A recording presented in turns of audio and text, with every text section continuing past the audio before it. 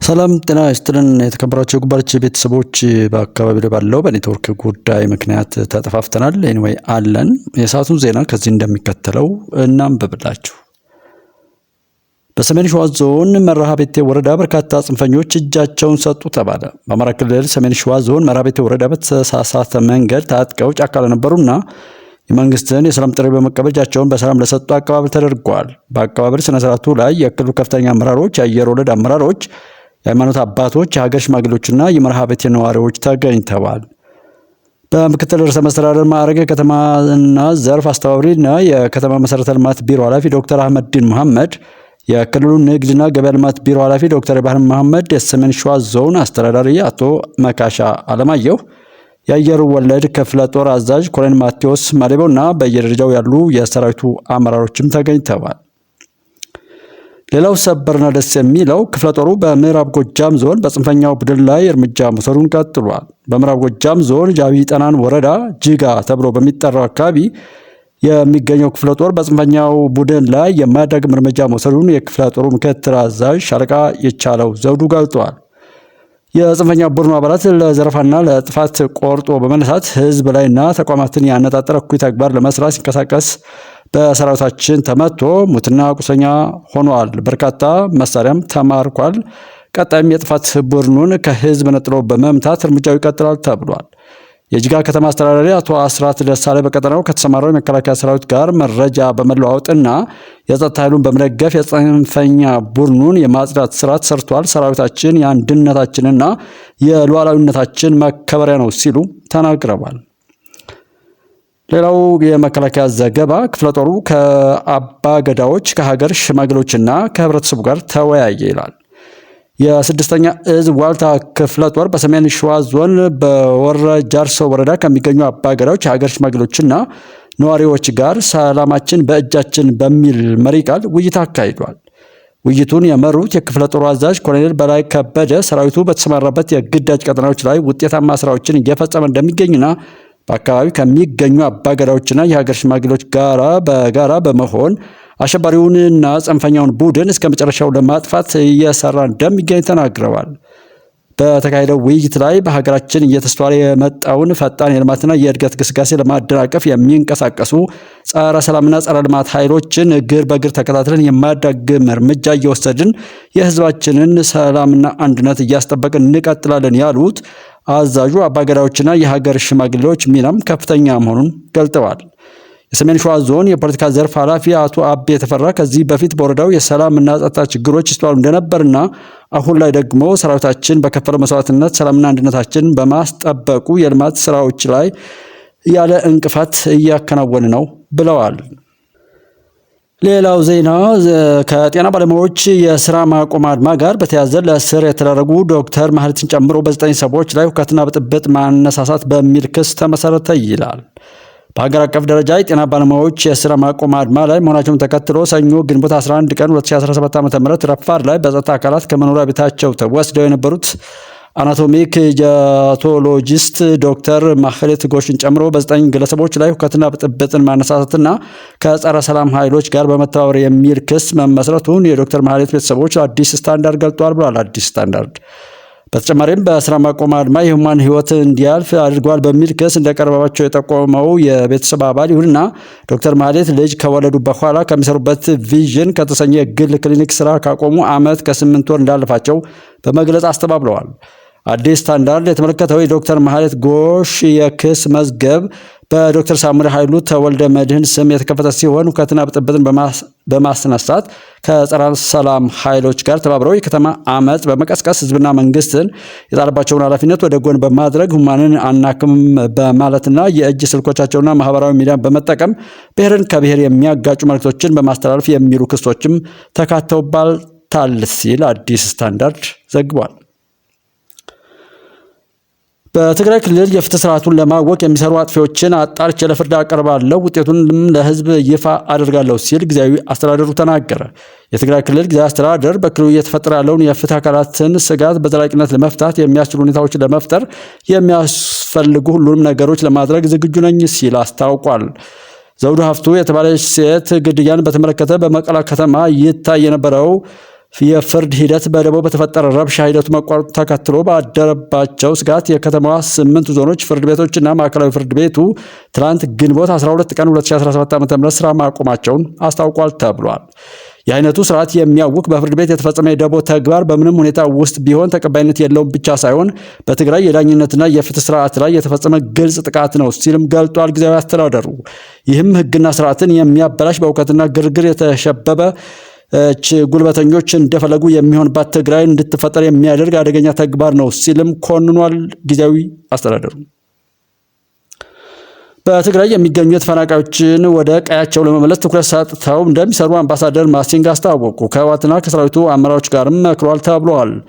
በትግራይ የሚገኙ የተፈናቃዮች ጉዳይ ጊዜ የማይሰጠውና አስቸኳይ መፍትሄ የሚያስፈልገው በመሆኑ ወደ ቀያቸው ለመመለስ ትኩረት ሰጥተው እንደሚሰሩ በኢትዮጵያ የአሜሪካን አምባሳደር ኤርቪን ማሲንጋ አስታውቀዋል። ከህወሓትና ከሰራዊቱ አመራሮች ጋርም መምከራቸውም ተገልጧል።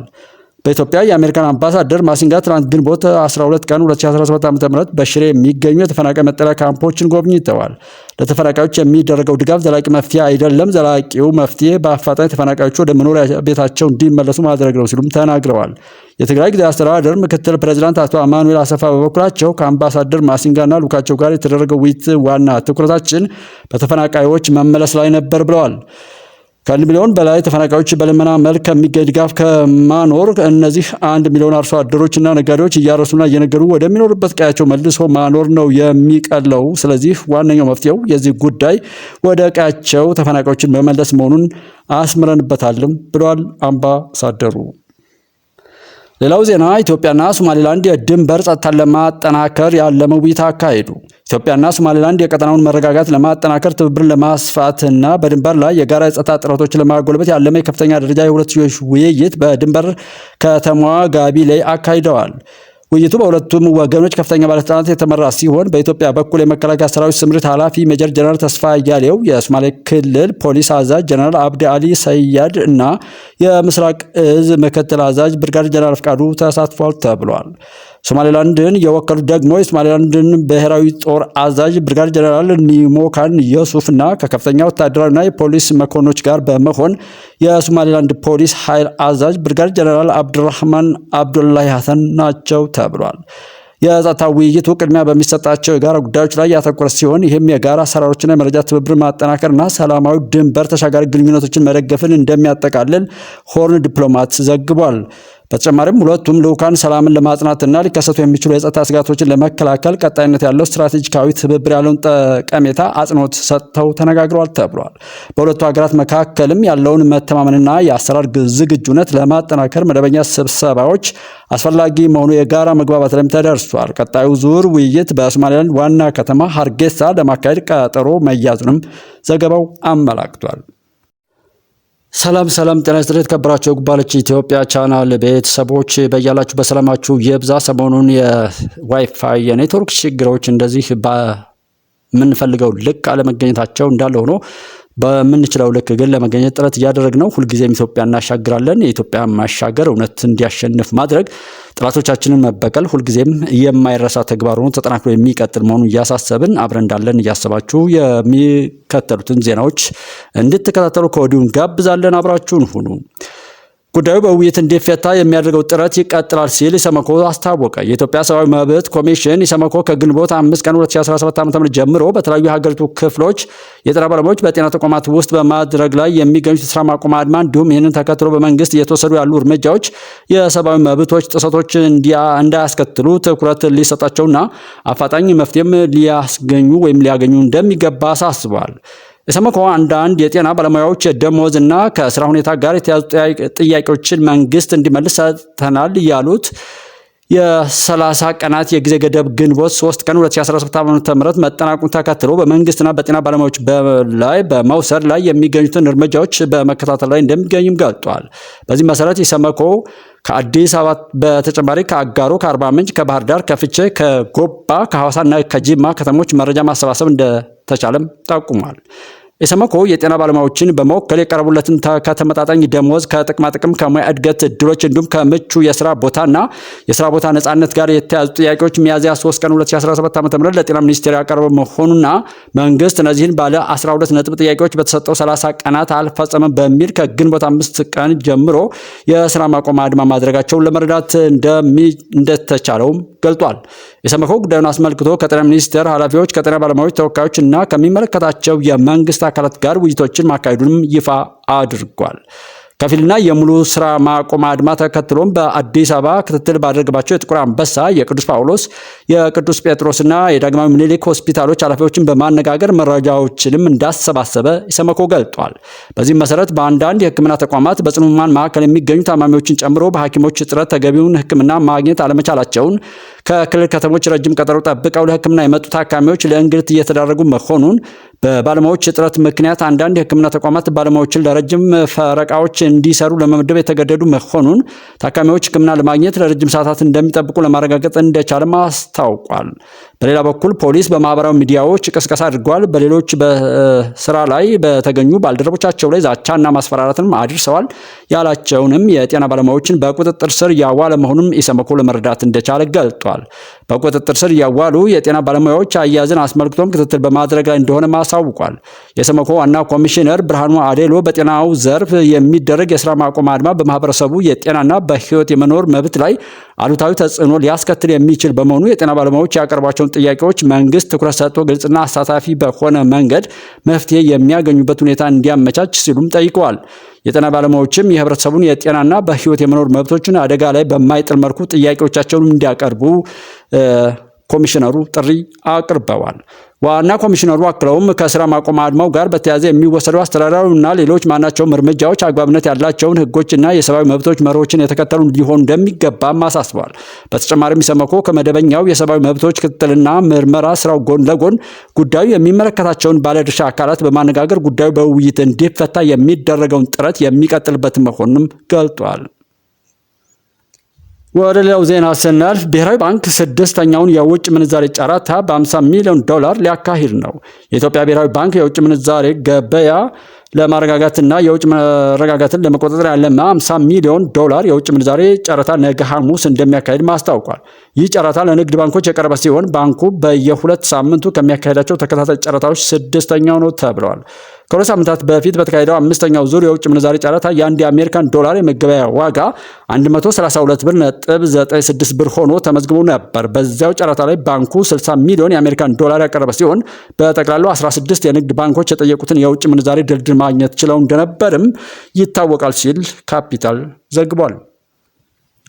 ወደ ሌላው ዜና ስናልፍ የኢብራሂም ትራውሬ እናገኛለን። የቡርኪና ፋሶ ፕሬዝዳንት ኢብራሂም ትራውሬ ከዛሬ ጀምሮ በመላው ቡርኪና ፋሶ የወሲብ ድረገጾችን ሙሉ ለሙሉ አግደዋል ተብሏል።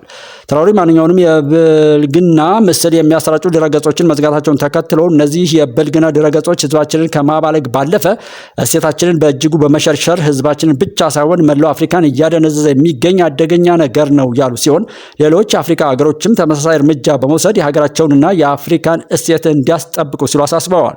ይህን የኢብራሂም ትራውሬን ድፍረት የተሞላበት ውሳኔ በርካቶች አድናቆት እየቸሩት ይገኛሉ ተብሏል።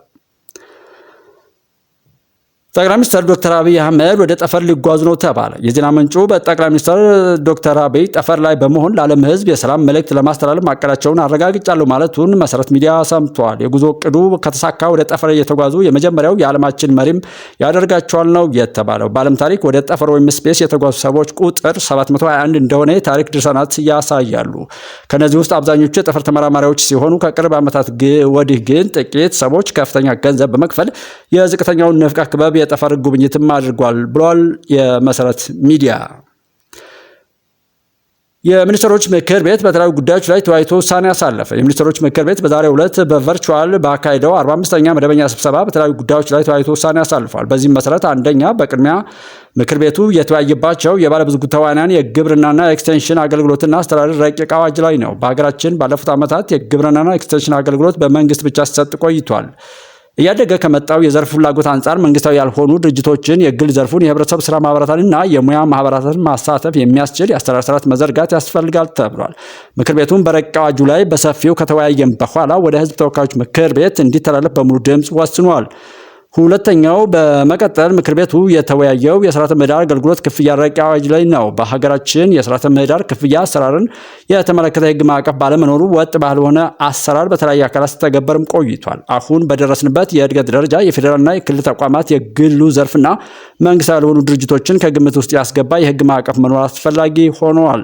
ምክር ቤቱም በረቂቅ አዋጁ ላይ በሰፊው ከተወያየ በኋላ ወደ ህዝብ ተወካዮች ምክር ቤት እንዲተላለፍ በሙሉ ድምፅ ወስኗል ተብሏል።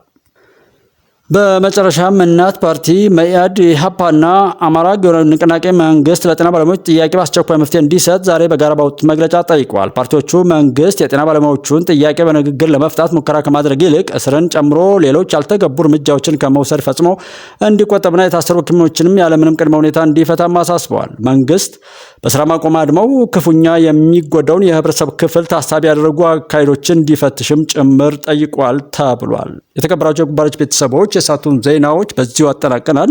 አብራችሁን ስለነበራችሁ እያመሰግን ሁልጊዜም አብራችሁን ሁኑ። ጉባኤዎች ኢትዮጵያ ዩቲዩብ ቻናልን ሰብስክራይብ፣ ላይክ እና ሼር በማድረግ እንዲሁም በሱፐር ታንክስ በማበረታታት ወደፊት ሊያሰዱ የሚችሉ ነገሮችን ሁሉ በቅንነት እያደረጋችሁ ኢትዮጵያን የእውነት ሀገር እንድናሻግርና ክፎችና ግፈኞችን ሁሉ ከምድራችን ላይ ከዓለማችን ላይ እንድናስወግድ እያሳሰብን በያላችሁበት ሁሉ መልካም ለሆናችሁ ሁሉ መልካም ነገር ይብዛላችሁ። መልካም ጊዜ